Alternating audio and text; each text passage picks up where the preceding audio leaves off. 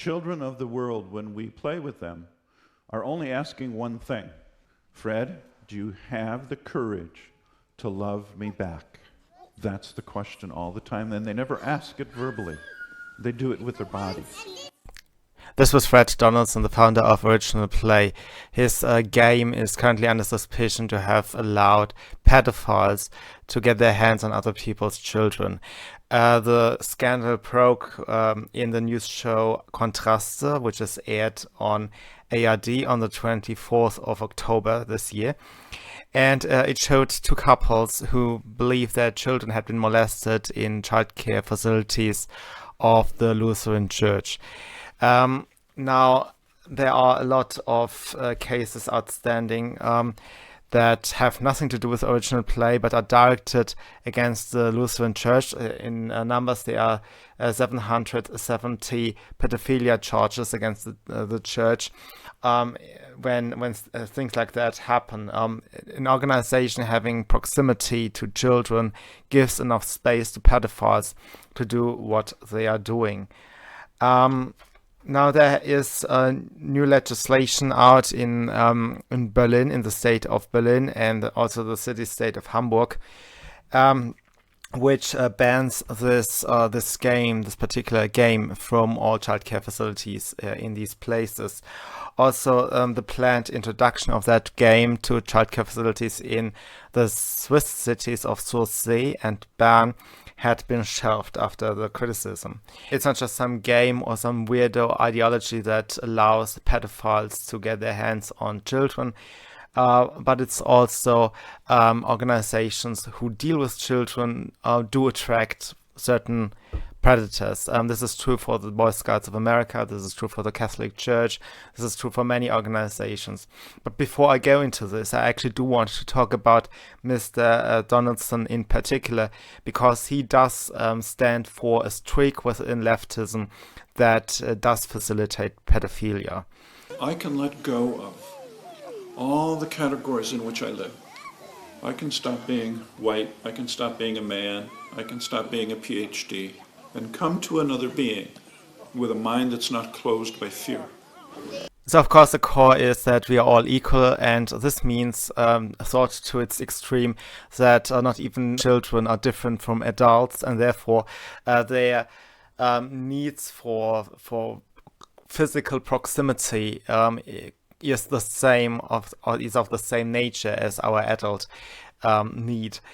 And in the 60s and partly also in the 70s, there was an entire movement, an anti-authoritarian educational child rearing movement, particularly here in Germany, that advocated for no hierarchies between parents and children. At the same time, we had feminism move in, and a lot of children were raised in childcare facilities of not especially prepared child carers. Let's say your average woman just taking some hours out of the day to keep an eye on other women's children, which is fine.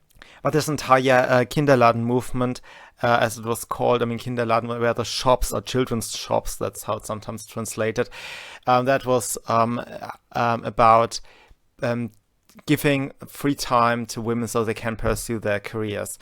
It is not clear how often these Kinderläden or Kinderladen, the plural of Laden is Laden in German, if these facilities were abused for pedophilia, but it was a time when pedophilia became a normalized thing, was kind of accepted by a lot of people within the left. And this was not just some fringes.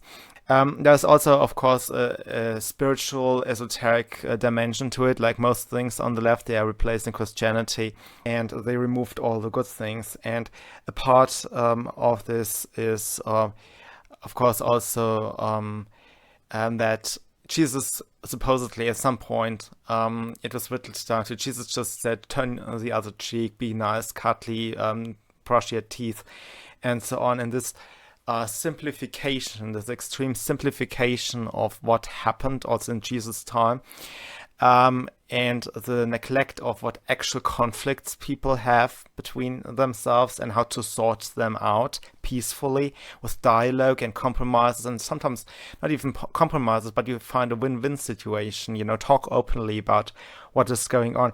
These things are usually pushed aside for some cuddle, hug, love, peace, happiness, kumbaya conversation that forces everybody into a lockstep and says, if you are not nice, cuddly, sweet, and so on, there's something wrong with you. You have to go in the lockstep. And if you don't, there has been something wrong in your childhood. And the ideology of the time, which also reflects what he is doing here, was about getting the children raised so as they become good communists when they are grown up. I call it original play because its origin is life. All life was given the same gift. That gift I call original play. With that gift, we can express and share love, trust, and belonging to all life on earth. And so he openly says that play is about equality, we are all equal, there are no hierarchies, and so on. Nothing makes any difference. Culture doesn't make any difference. Species doesn't make any difference. I don't run around the world learning about lions before I play with a lion. I don't run around the world learning about different cultures before I play there. I don't know anything about autism when I play with people with autism. The usual blithering that you are used to already, probably. Fred, play is when we don't know that we're different from each other. At the moment you don't know you're different, that's when you can play.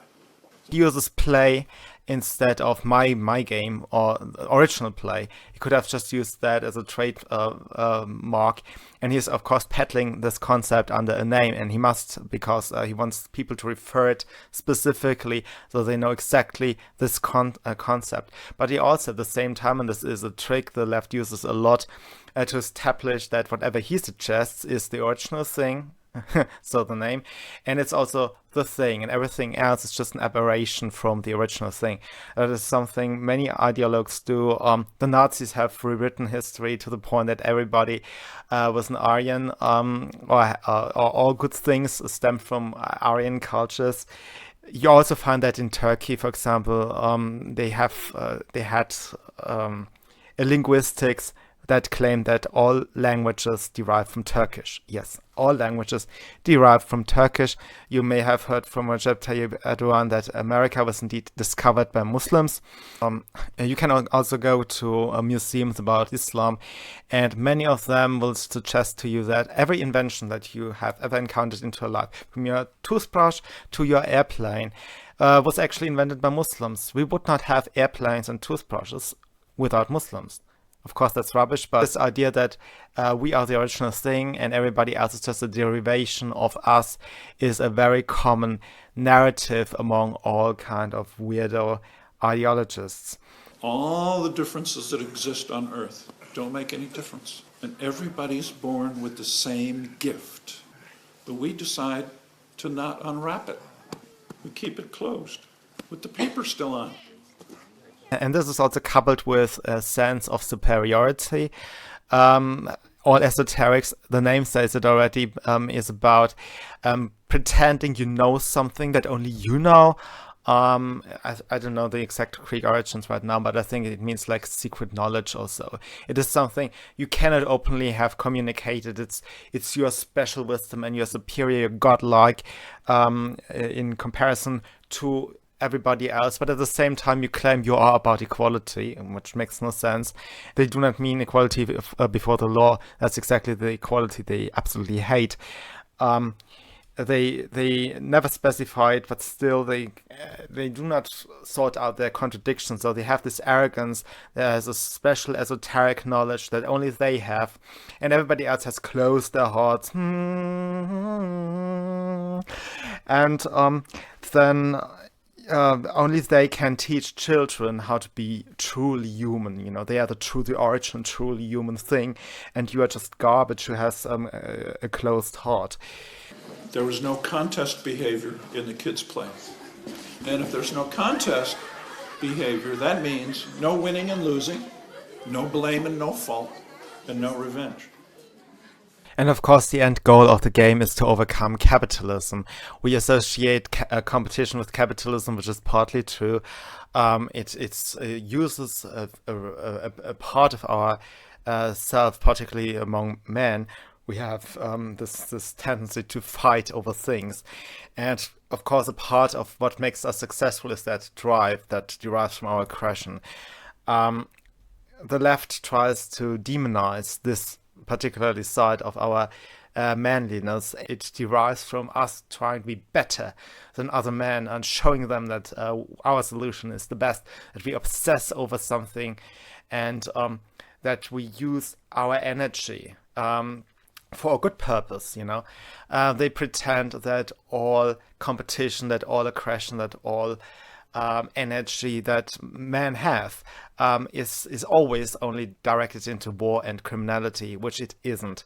When I was little, I would go out a lot and play war. It never occurred to me to go out and play peace.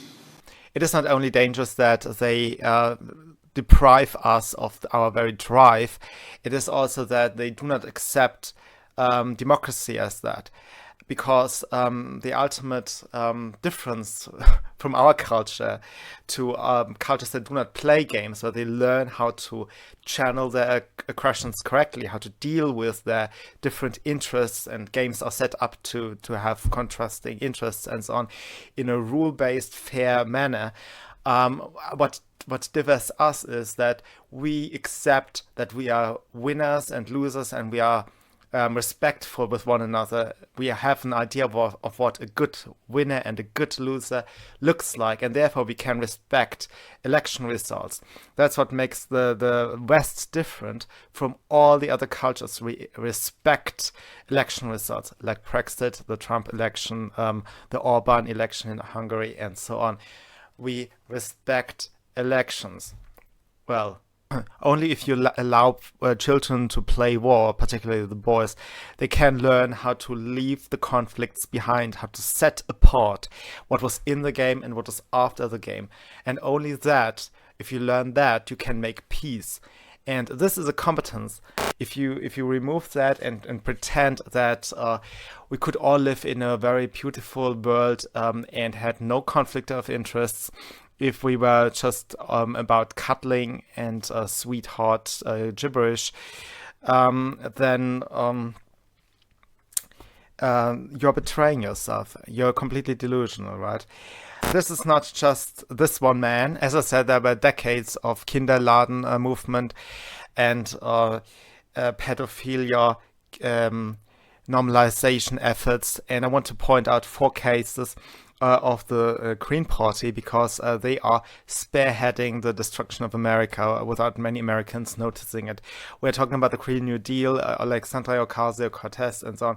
There are people behind it. Of course, it's George Soros and his ilks, but this is the broad, let's say, the ends doing the work, the preparation work. This is all here in Europe and in Germany. And these people are informing and selecting these candidates in America.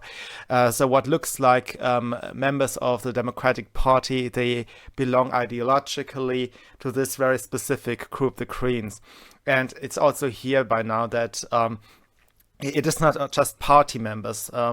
These people have a lot of infiltrators in other parties, and you hear a lot of members of the CDU, Angela Merkel's supposedly conservative party, or used to be conservative party, the Social Democrats, the Libertarians. They all talk as if they were members of the Green Party, and this is mainly driven by NGOs and by media editorial boards that are stuffed with Green Party people. And of course, it comes from the universities.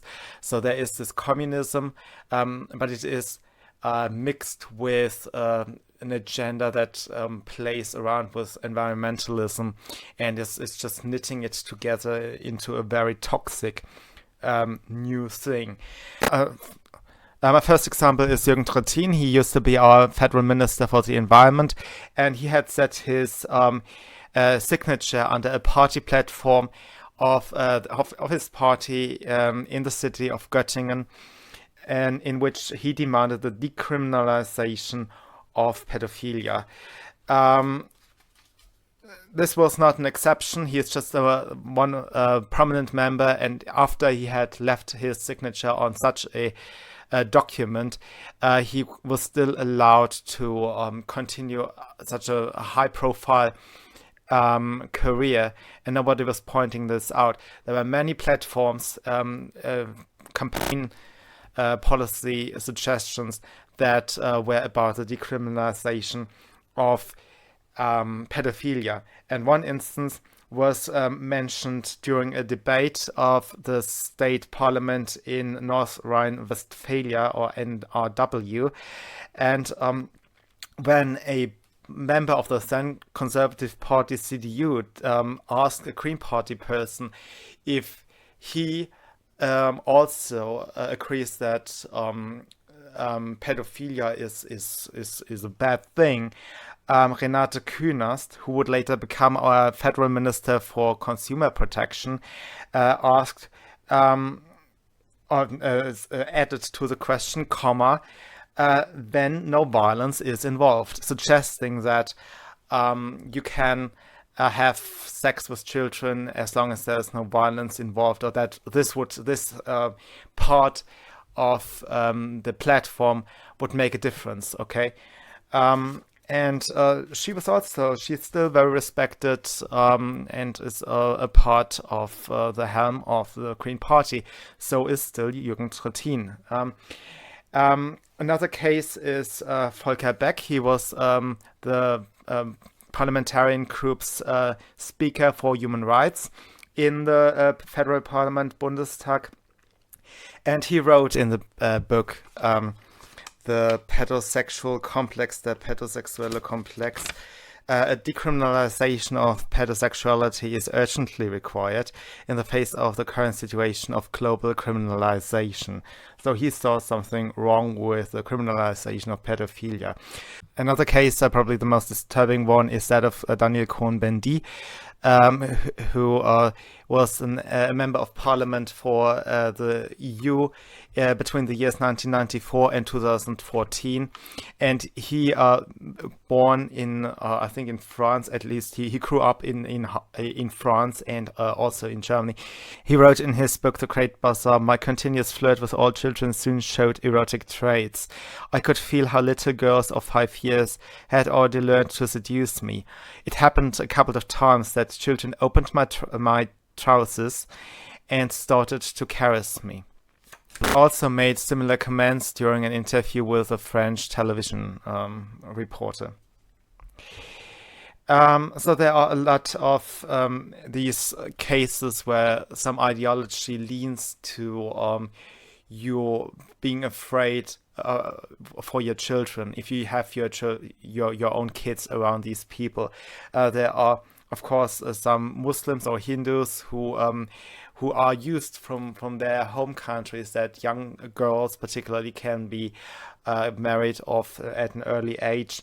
Then there is, of course, the Catholic celibates, where you think, okay, when they do not get love from a grown-up person, what are they doing? Then there is the suspicion that queer people are more likely to engage in these kind of crimes. And of course, there are also these job opportunities that are for children only and would allow more touching points with adults, like, for example, fashion photographs or directors, movie directors, and so on, who are often around children. These people also are more likely probably to be predators. So as a parent, you have a hard time to kind of find your way to assess what person you trust, and as little you do trust, of course, is the safer your children will be. And I swear, I'm not saying that homosexuals are such a big problem, but I swear the very first thing that struck my eye when Germans introduced the obligation for companies to include the word diverse into their job ads, as to say, we want male, female, or diverse applicants. The very first job ad that caught my eye was about a child caring facility. We are looking for child carers, male, female, diverse. Rebecca Harkris has already made a great video about the Hollywood affairs, going through a number of suspicions, and I will just concentrate on one thing that she did not mention, and I think aren't on the map of many people, and that is the Whoopi Goldberg situation. I'm not saying that she is a child rapist or molester or that she did whore out children, but I did notice that she is very avid when it comes to the defense of real life pedophiles. Was not charged. I know it wasn't rape. Yeah, there is a statutory. Child molest, maybe. I'm not sure. It was something. No? It was something else, but I don't believe it was rape. And when we get all the information, somebody will tell me in my ear. All I'm trying to get you to understand is when we're talking about what someone did and what they were charged with, we have to say what it actually was, not what we think it was. What he said he did. He gave her Quaaludes. He gave her champagne. She was drugged. She was 13 years old. He asked her, here's a transcript. But that's what I'm saying. You're 13 years old. She was still a child. He asked her. Excuse me. Sherry Shepard explained how Roman Polanski has drugged up a 13-year-old girl and then raped her in the villa of Jack Nicholson. There is no footing around, but Whoopi Goldberg, who did not want to have that conversation at all, is flip-flopping through it and is filibustering like mad. She is a great actress. That means she knows how to direct the attention around, and it's spooky, to be honest. There is no information missing. She's like, oh, I'm getting this correctly, when, you know, the case is a grown-up man has admitted to have drugged up a 13-year-old girl and raped her unconscious body. And this is more disturbing because when you are speaking about 13-year-old girls, you do not only speak about the psychological factors here. Drugging up, 13-year-olds, then what comes into play is you cannot determine the doses correctly if you are not into medicine or something, and he isn't. So he risked her life, he risked her health. This is an enormously dangerous situation. There's absolutely no way how you can play that down, and so all Whoopi Goldberg can do is filibuster and change the topic all the time and pretend that she is more mature and unemotional than everybody else, and that people are misunderstanding what is going on when the facts at hand are very obvious and there is no way people can misunderstand them. Initially, he was charged with rape. Go ahead.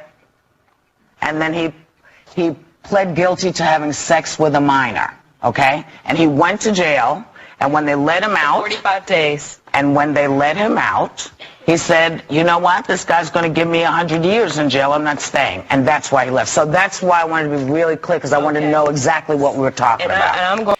And here she claims she wants to go away from the obfuscation matter back to the rape itself, as if she were interested in the meat of the matter, which she obviously isn't. And I must tell you that obfuscation in itself is a crime. There is only a legal provision for two individuals not to be persecuted for obfuscation. And that's not only a law that's actually above the law, that's a human right. I have it right here. It's the Left's Declaration of Human Rights, number 3. The Clintons get away with everything. Okay, that was a joke. Does that make it okay to you know, instead of staying and fighting, to say, you know, he's going to give me 100 years, I'm out of here? I don't know if it's okay, but what we were talking about was what he did.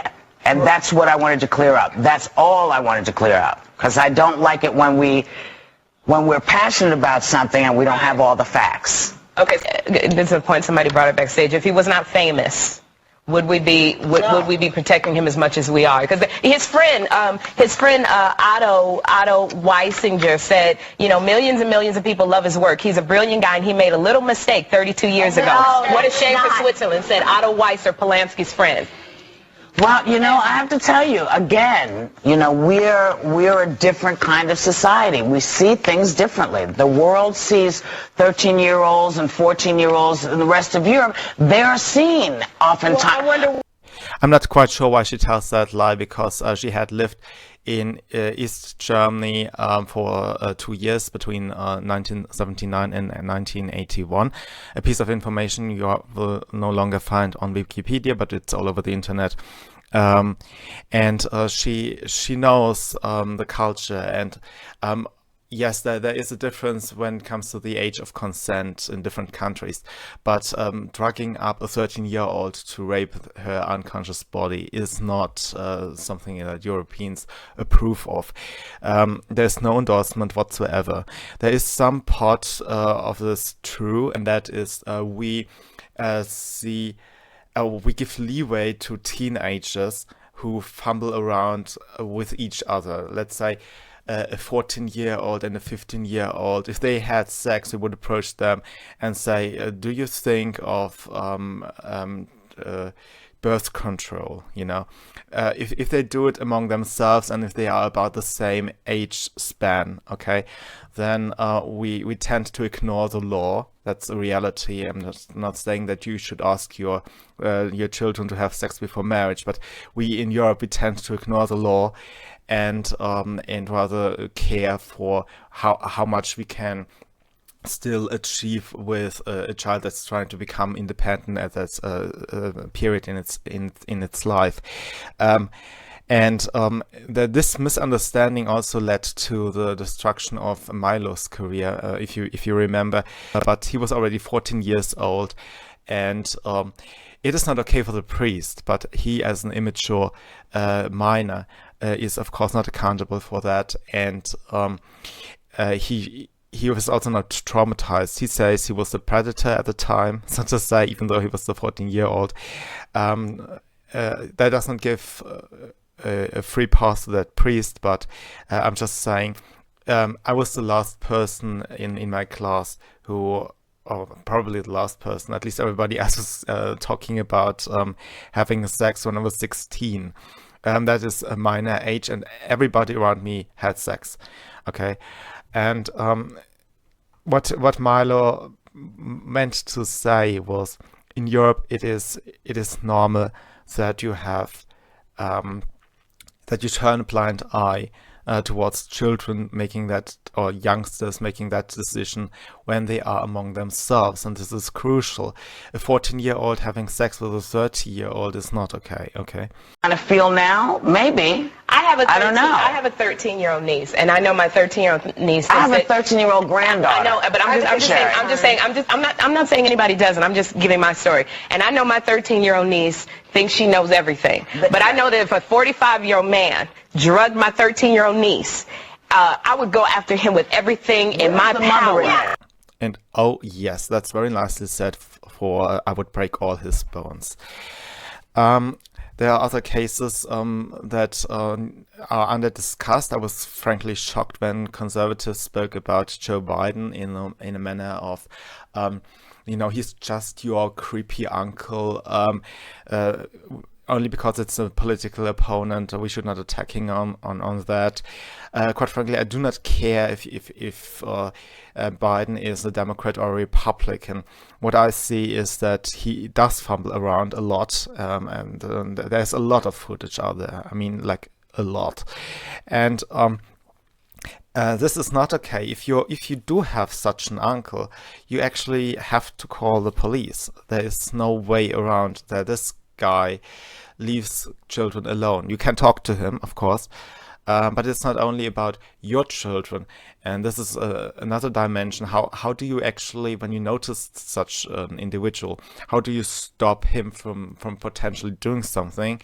And at the same time, if he had not yet committed a rape crime or a child molestation crime, then how can you protect other children around you? You can decide for your children not to play with this man, or not to be around this man. But you know, what is your responsibility towards the larger community if you notice that somebody is fumbling around girls?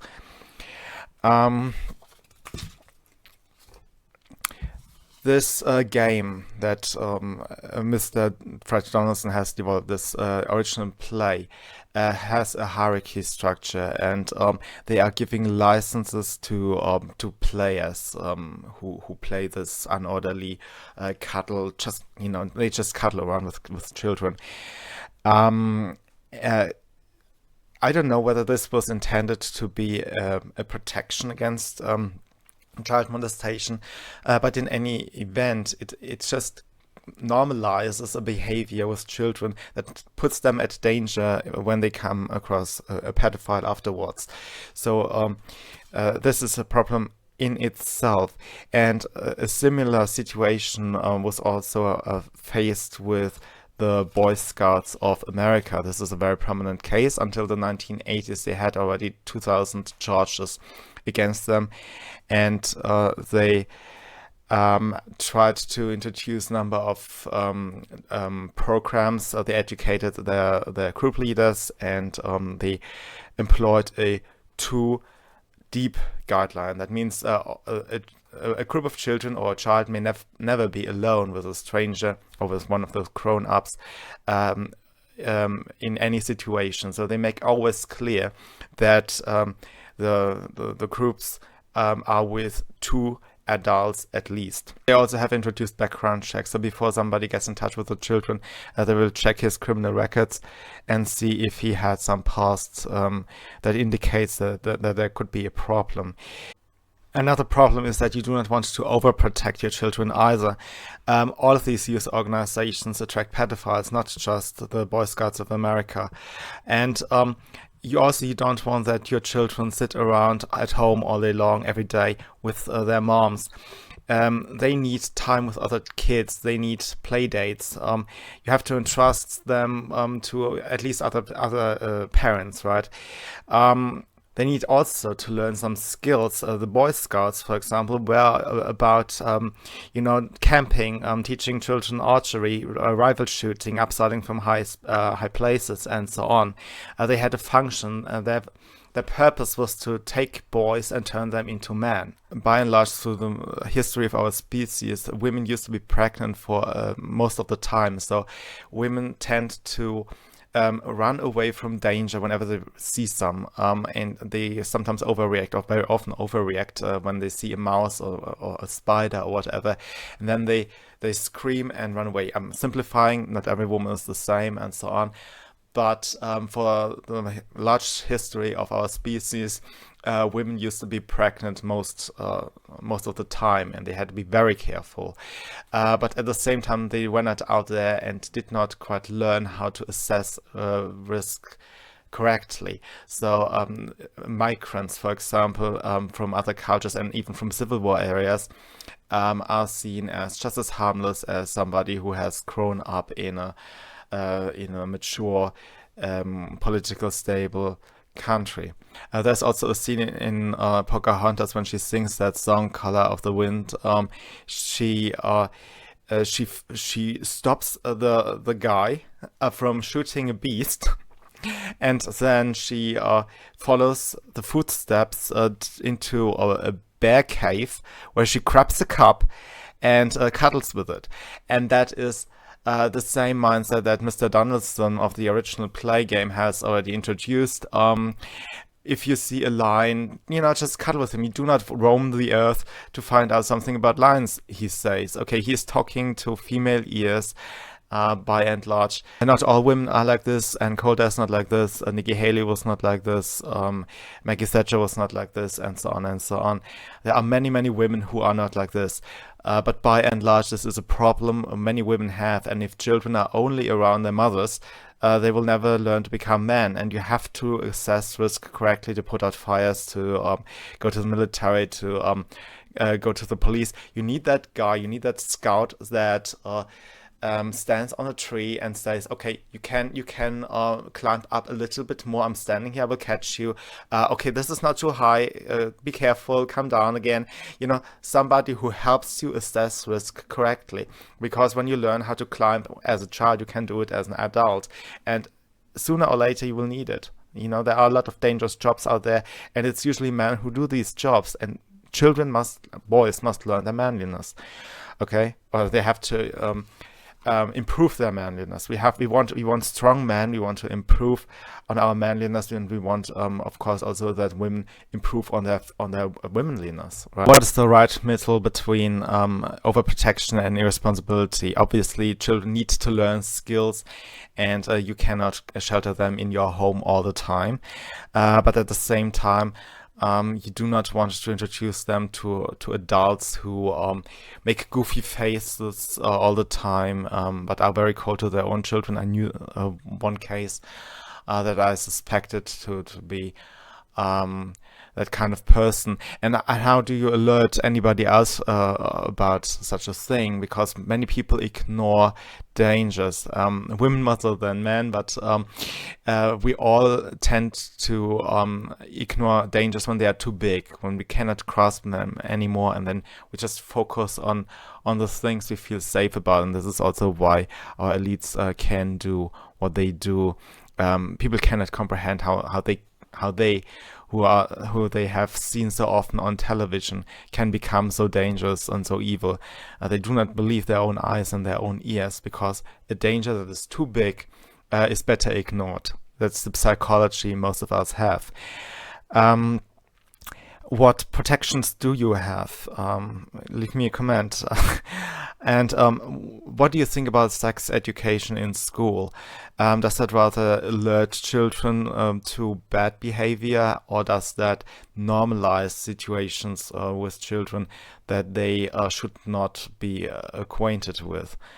So that was it for today, and I'll see you soon. Bye. When you are a famous person and you are friends with a famous person who gets accused, it's an awkward position to be in, especially if you're on a show talking about current events. I remember when Paula Poundstone was accused of inappropriate behavior with her children. And, you know, that was my first experience of it. And I, you know, called her up and couldn't get through. And her actual trial date was in L.A., was on September 11th.